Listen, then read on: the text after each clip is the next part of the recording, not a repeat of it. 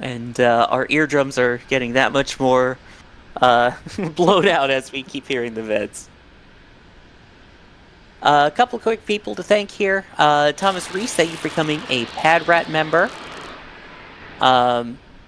We have Dave saying, I'm not trying to start anything, but I was looking at it the other day, and the sea level raptors seem kind of dubby on the other stage next to those Arvacs.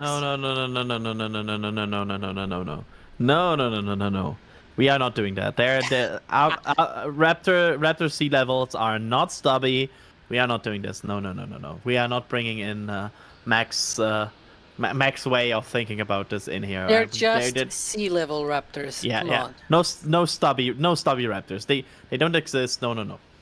Just like Merlin sea level and Merlin vacuum, there's raptor sea level and raptor vacuum. That's it. Yep. Yes, stubby Don't Arvacs are summon not Max. real. They can't hurt you. I never want to see them. Oh, I'm sure we're gonna get some photoshopped images of them. Yep. Paul Sorensen asking if we thought about getting infrared cameras to see what's happening in stage 0 and the booster and ship during fueling. I'm sure the team has thought of it. I think Das That's explained it. It's been proposed. Yeah, I think that Das at some point talked about it. It's like there's a lot of like problems and costs associated with such a project, and there's especially with the distance, you sometimes have very limited usage. So we focus on other things for now and give you the best views. There you go. And then Foolproof Duck with a question here saying, is the idea to catch both ship and booster? And when they catch the ship, presumably there will already be a booster on the OLM. So can they catch the ship with the booster there? So, Adrian, what is the current plan, keeping in mind that it has changed a few times through the iterations of Starship, for reuse of catching ship and booster? Well, it's kind of similar at this point between both ship and booster, because both designs are proposed to be caught by the chopsticks. There are some nuances there with the pins and the adapters, but overall the mechanism is kind of the same, and they would both be caught by the chopsticks. I do not think they would land like a ship on a booster. I feel like that would probably not go well. But yeah, it's kind of similar for now. We will see how this develops, because I still think catching a ship with the chopsticks is that's a project, and I'm just looking forward to how this goes. Booster. But I feel like overall we'll see. That's the current plan. However, it has been a bit of time since we got I feel like good update of what's happening with ship recovery, because ship recovery is not really their priority right now, it feels like. Yeah, I think their main priority is the fact that we're still waiting for the vehicle to make it all the way to Hawaii. So, and also for the boost back of the booster to actually place it near the waters of the Gulf of Mexico, preferably intact at this point. Yeah. And also, I will argue that they also don't seem to be too focused on the booster return either. Like, they're just doing the whole splashdown thing on the Gulf of Mexico, right? Which technically that's what the ship is also doing. It's going through re-entry and then splashing down. It's true though that the ship is not going to do the whole flip and burn, whereas the booster is supposed to do a simulated landing on the ocean, but still, it's not like they're bringing it back to the launch site or anything like it. But definitely easier to convince regulators to bring back the booster than the ship, because then that thing needs to overfly populated areas and things like that. It's way complicated. Yeah, it's something that'll be cool down the line, and I'm sure that we'll start seeing preparations for it sooner than later, knowing SpaceX. But I mean, that was the case with Falcon when you think about it. But still, probably a little way to go. Along those lines, Foxtrap asking, will Starship ever land on a drone ship?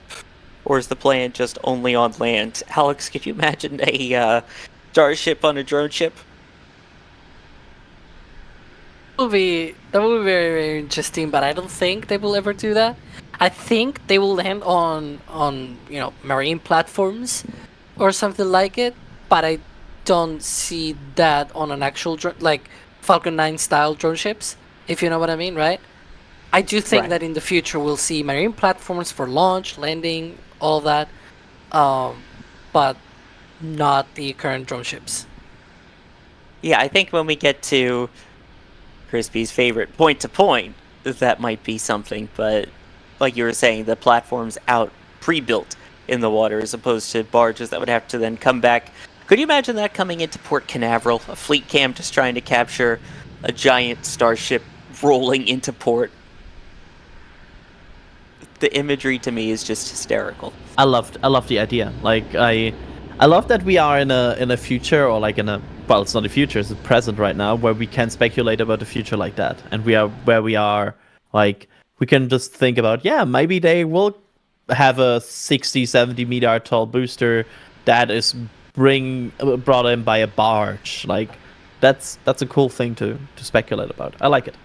And that it's not a crazy idea either. No, I mean, you could reinforce this. Like, to be fair, New Glenn initially was going to be catched on a very big boat, and I would imagine that such ship could be modified to also like transport a super heavy. It's just a question of like having the right ship. I mean, you could basically have a container ship, right, and use that. So we'll see how this all develops. I'm sure the rocket reality we have right now, it's not gonna be the rocket reality we have in 10 years, which is exciting. Exactly. We've come a long way in 10 years alone. I mean, I've been covering spaceflight industry as media since 2009, and in almost 15 years now, my goodness gracious, it is a totally different world. Something like 15 this would never years. have been possible. Yeah. Yeah, that hurt to See? do the math. I'm at 2, probably like 3 or so. Oh, look at like that. 3 years. What are we The seeing? other tanks are venting. Ooh. So, what are we looking for now ahead of the static fire itself? What things should we be looking out for, Alex? Well, the header tanks venting the way that it was venting before, that is positive because that is usually towards the end of the count. I guess one of the other indicators that Adrian was talking about is the QD, the umbilical venting as well.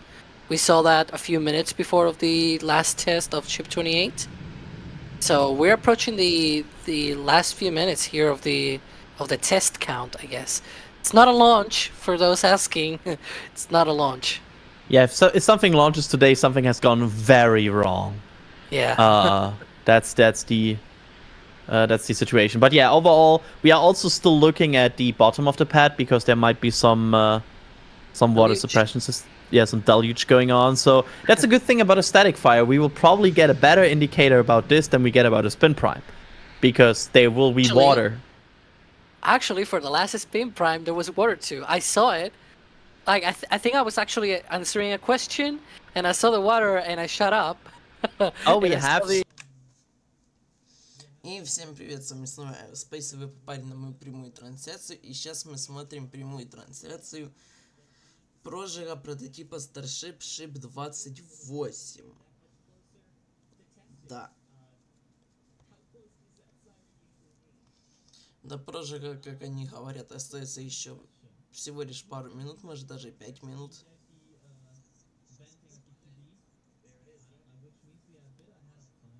Вот, Spacex планирует 20 декабря до 2:00 по UTC. У нас стартовое окно.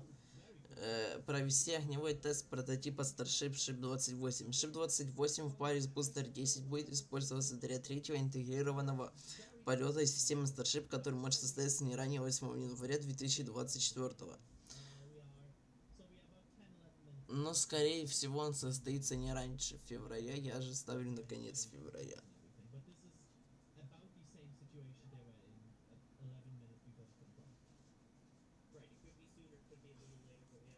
На прототипе установлено 3 атмосферных двигателя Raptor 2 тягой 230 тонн и 3 вакуумных двигателя Raptor 2 тягой 258 тонн каждый. Сколько двигателей будет испытано сегодня, неизвестно. Прототип уже прошел 2 криотеста и спин-прайм со всеми 6 двигателями. Это обычный прототип тестового орбитального корабля Starship, который имеет высоту 50 метров, диаметр 9 метров, пустой вес порядка 120 тонн. Топливо в него можно залить примерно до 1200 тонн, высота двигательного отсека 3 метра, потом высота баков 29 метров получается, и высота носового обтекателя 18 метров. Установлено 4 плавника для управления при посадке, при полете в атмосфере. Порядка более чем 15 тысяч плиток теплозащиты, чтобы он, собственно, не сгорел при входе в атмосферу. Сколько установлено двигателей, каких вы уже слышали. Двигатели работают на жидком метане и жидком кислороде.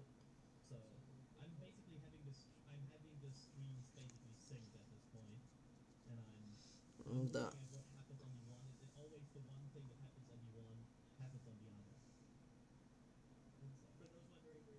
Вот первый криотест он прошел 29 июля, потом второй криотест 4 августа и 16 декабря он прошел спин-прайм тест с всеми 6 двигателями. Спин-прайм тест это, в общем-то, тест вращения турбонасоса вроде бы.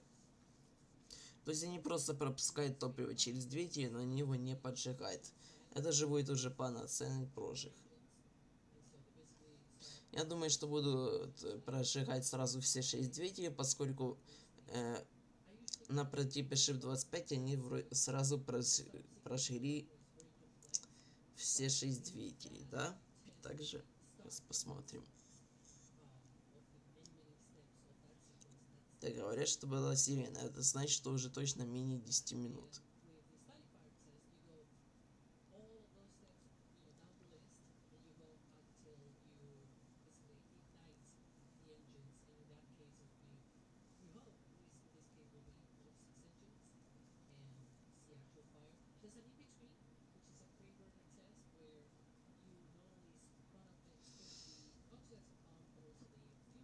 Да, у Ship 25 прожгли сразу все 6 двигателей.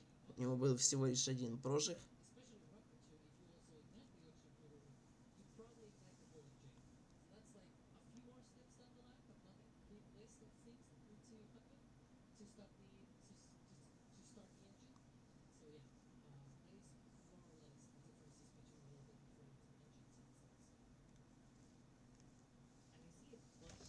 Ну, пока я скажу, что будет дальше у нас по запускам и по событиям. Завтра в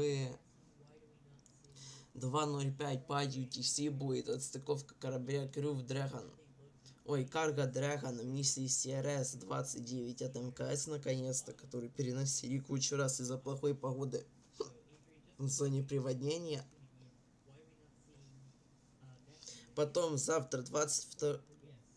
Ясно. Потом в пятницу 22 декабря в 18:18 по UTC будет запуск ракеты Альфа компании Firefly с миссией Fly the Like Night. Запуск должен был бы состояться еще сегодня, потом ему перенесли на завтра из-за плохой погоды, но теперь еще на сутки. Потом 23 декабря в 4:00 по UTC запуск Falcon 9 с миссией Starring Group 632. 23 декабря 23 декабря 2 Falcon 9 летит. Еще 23 декабря вот будет запуск Falcon 9 в 12:56 по UTC с миссией 42 и 3. Потом 29 декабря примерно в час 14 по UTC очень долгожданный запуск, который переносился кучу раз из-за плохой погоды. Запуск Falcon Heavy с миссией в составе 52 с секретным космическим кораблем X-37B. Также 29 декабря в 5:09 по UTC запуск ракеты Falcon 9 с миссией Starring Group 79. Потом 1 января в 2 часа ночи по UTC, Карл. Ну ладно, ракета индийская, у них там где-то часов... Ну блин, 1 января часов 8. И они будут пускать ракету. Я такого еще ни разу не видел. Я видел, китайцы пускали 31-го. Но что прям 1-го? Так вот, 1 января в 2 часа ночи по UTC будет запуск ракеты PCL-VDA с миссией X-Posat. Изначально должен был быть 28 декабря, но перенесли на 3 дня. То есть даже на 4. И потом 8 января в 7:18 полетит запуск ракеты Вулкан версии VC-2 с миссией Peregrine Mission 1. Первый полет ракеты Вулкан с космическим аппаратом Peregrine на Луну.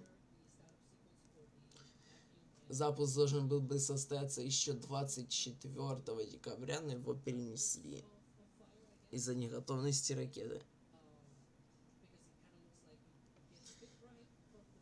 Потом 10 января будет в час 18 пойти запуск ракет Falcon 9 с пилотируемым Crew Dragon миссии Axiom 3 на МКС. Также 10 декабря в 11:30 пойти запуск ракеты чисел МК-2 с миссией INSAT 3DS. И 11 января в 4:00 пойти запуск ракеты H2 версии 202 с миссией IGS Optical 8. Вот это расписание всех событий на месяц вперед.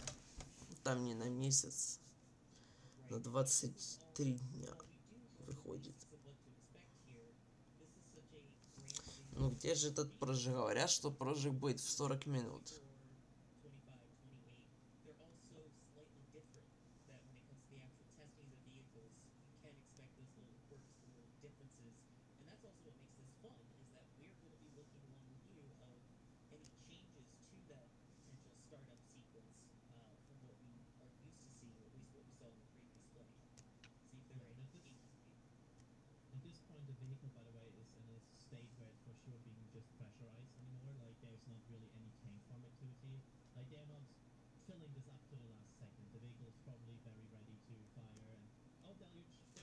Опа.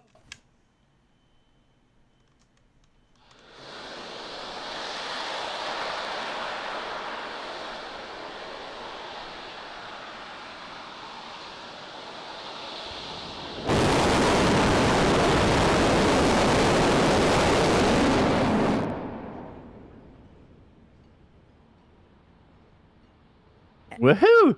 That looks like a pretty good static fire. That looked hot. There we go. See little bits of debris flying away there in that camera view, even. And we can confirm ship still standing. There we go. Nice and toasty underneath the suborbital pad there. I think that was all 6 engines. I know we're going to have to wait for official confirmation on that, but I believe that was...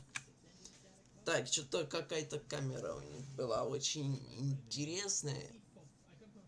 Что-то стало вообще плохо, но прототип целым он стоит на нем. Есть прожиг с корабля Starship S28. Судя по всему, все 6 двигателей.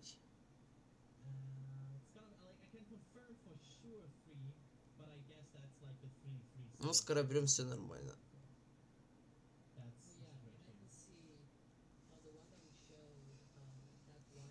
Так что да.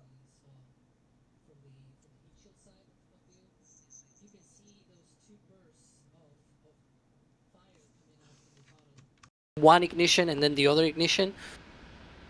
Yeah, so we have the situation. I can confirm 3. We can confirm after 3 it was another jump. So the most likely answer is we saw 3 and then another 3. Whoa. Whoa. A little depress there. Just a little depress. But we are working... We will hopefully have that answer for you. If you can even hear me over the vent. I'm also looking out for tiles dropping. It's quite the loud depress vent.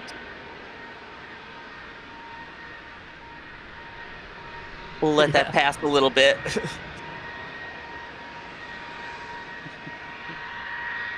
I love how it gets higher pitched. Rip headphone users.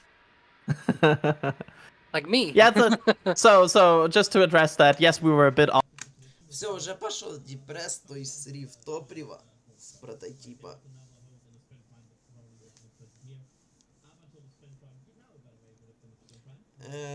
Предлагаю пересмотреть это еще раз. Этот прожиг.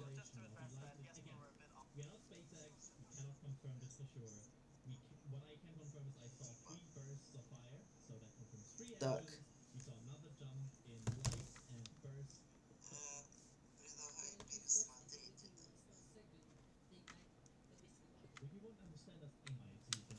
Так, где? Подождите, мне сейчас нужно вообще кое-что исправить. Сейчас.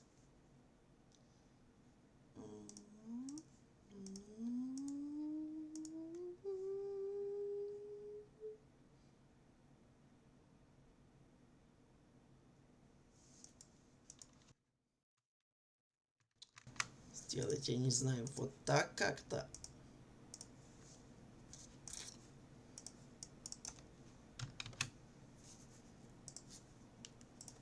Так нормально? Или чё?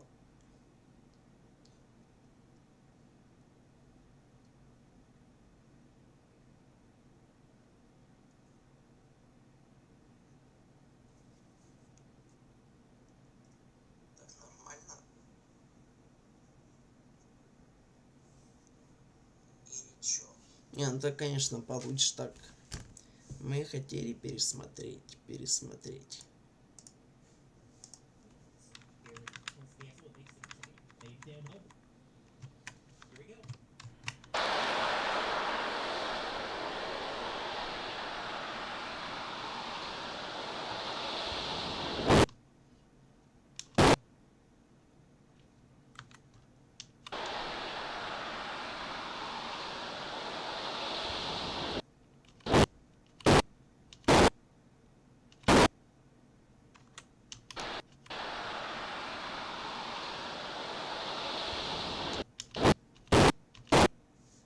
Ну, знаете, вот тут больше похоже то, что включили 3 двигателя, только центральных атмосферных, потому что, ну, вот тут прям видно.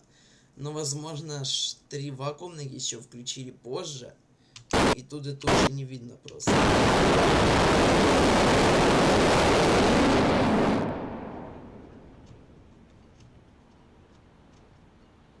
Woohoo!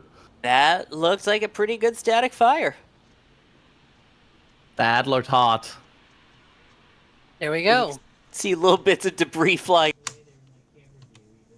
Ну, в общем-то, да. Так, еще можно посмотреть с других камер. В принципе, это дело. Допустим, где тут?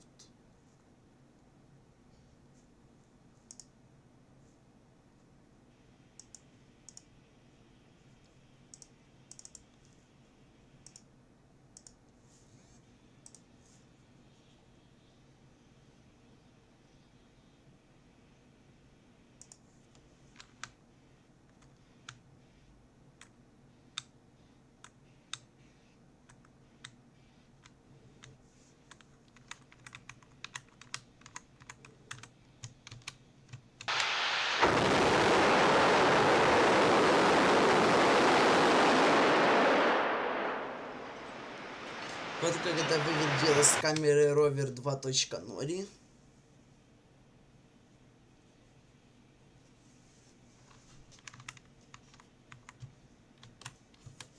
Затем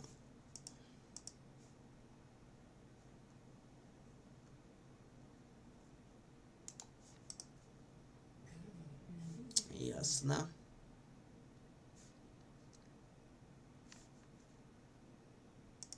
Так, тут нам прототип не показывает на этой камере дальше. Вот как он выглядел прямо издалека. Сейчас посмотрим этот прожиг.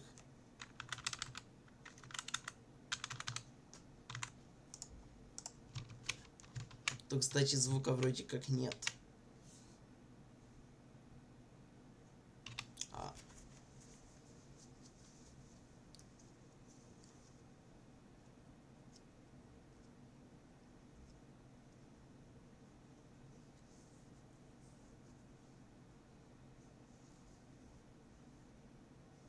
Да, звука тут нету.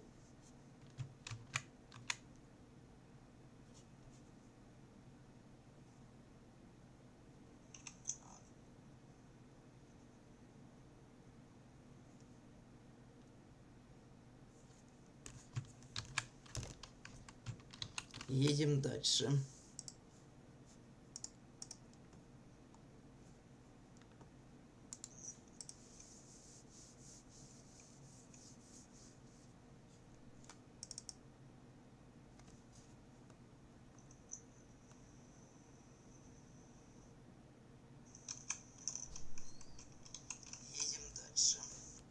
Ой, нашел сейчас прям интересную камеру. Раньше такой не было еще вроде. Прям вообще самая далекая.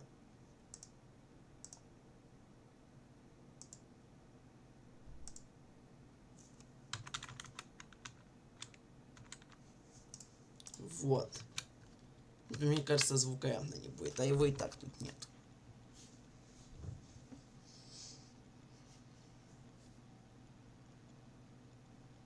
Ну, кстати, если бы не деревья вот эти, и камера стояла ровно идеально, то был бы очень хороший вид даже отсюда. Офигеть, сколько дыма. Это всего лишь 6 двигателей Raptor. А на ускорителе их, напомню, стоит 33 штуки. Вообще обслуживание вот этого, чтобы вы понимали, 144 метра.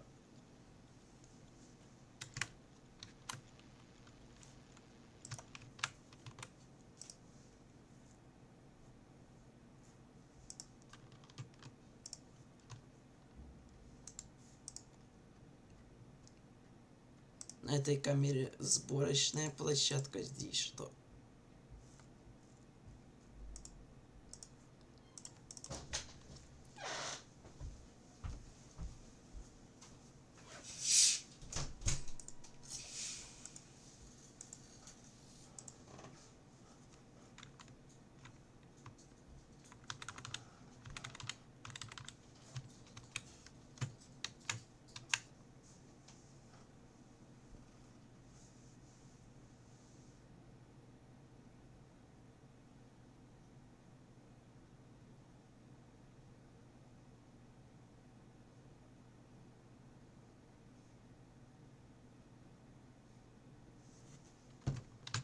Ну, это примерно та же самая камера, что и у нас со Spacex было.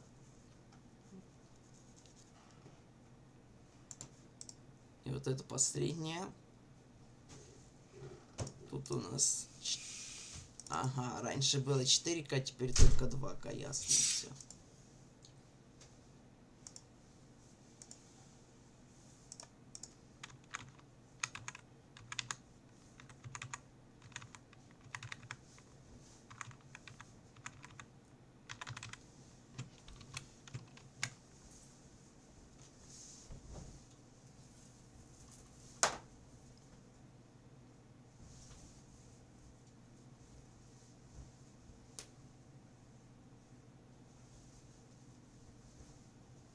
Вообще ни на одной из этих камер звука не было.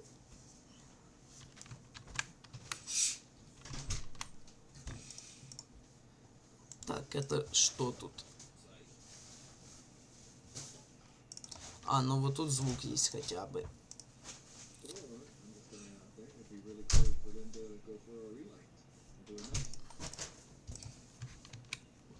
Вот.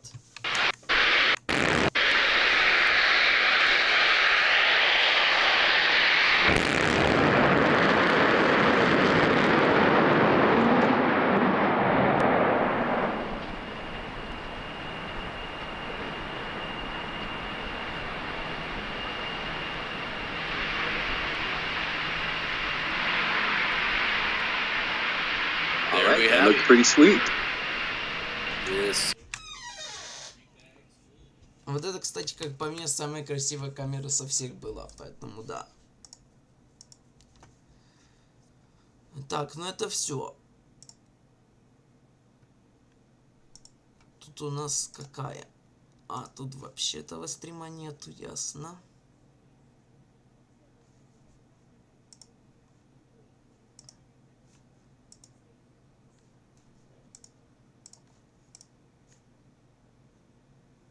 Что-то вообще тут сегодня лагает весь.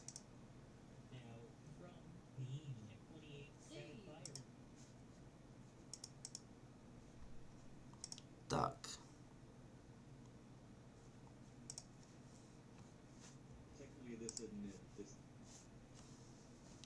Давайте посмотрим. Мне не сказали уже сколько двигателей прожили. Но вряд ли сейчас уже сказали.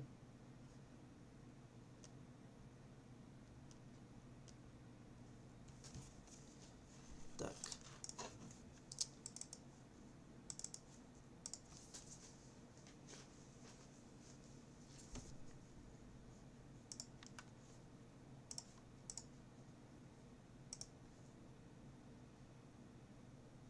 Ну да, говорят, что сначала включились 3 атмосферных, а потом 3 вакуумных. Поэтому из-за этого струи пламени от вакуумных может быть не видно.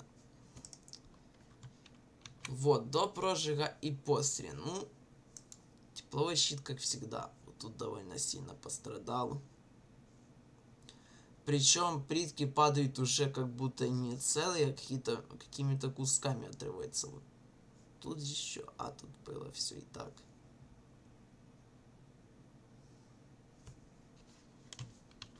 Вот.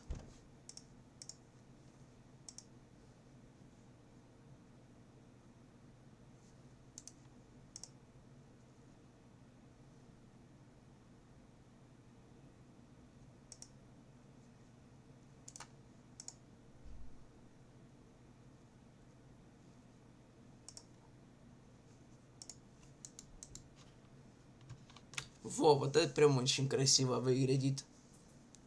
Поэтому я сейчас беру, делаю вот так.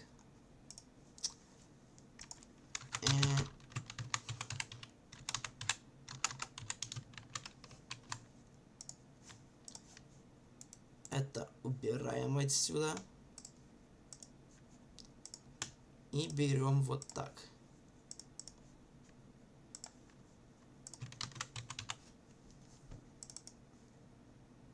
Ой, нифига тут разрешение большое. Чё, картинка такая огромная. Сколько тут, блин? Можно тебя как-то еще уменьшить.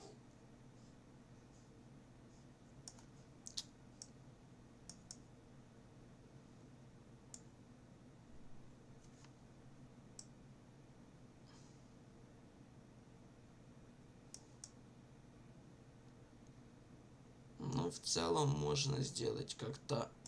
Давайте вот так вот. Вот. Не, нужно уменьшать еще. Так, не до такой же степени. А, вот, ее идеально можно уменьшить тут. И плюс еще на превью хочу поменять. Заодно. Так.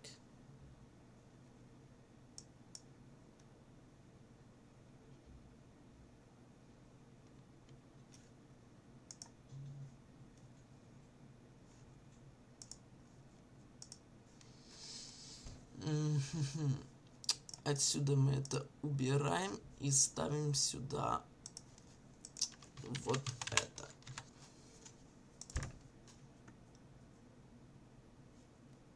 Вот, идеально.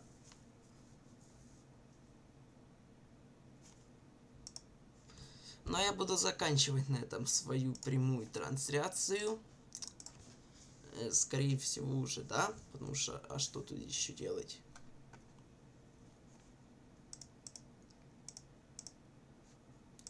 YouTube сегодня вообще. Пипец.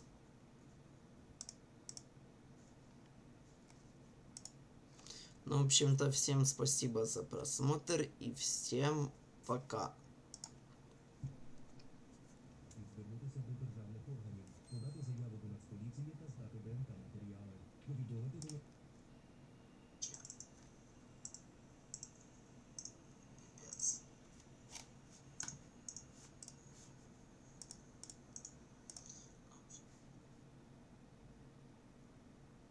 Да, все, теперь уже точно. Всем спасибо за просмотр.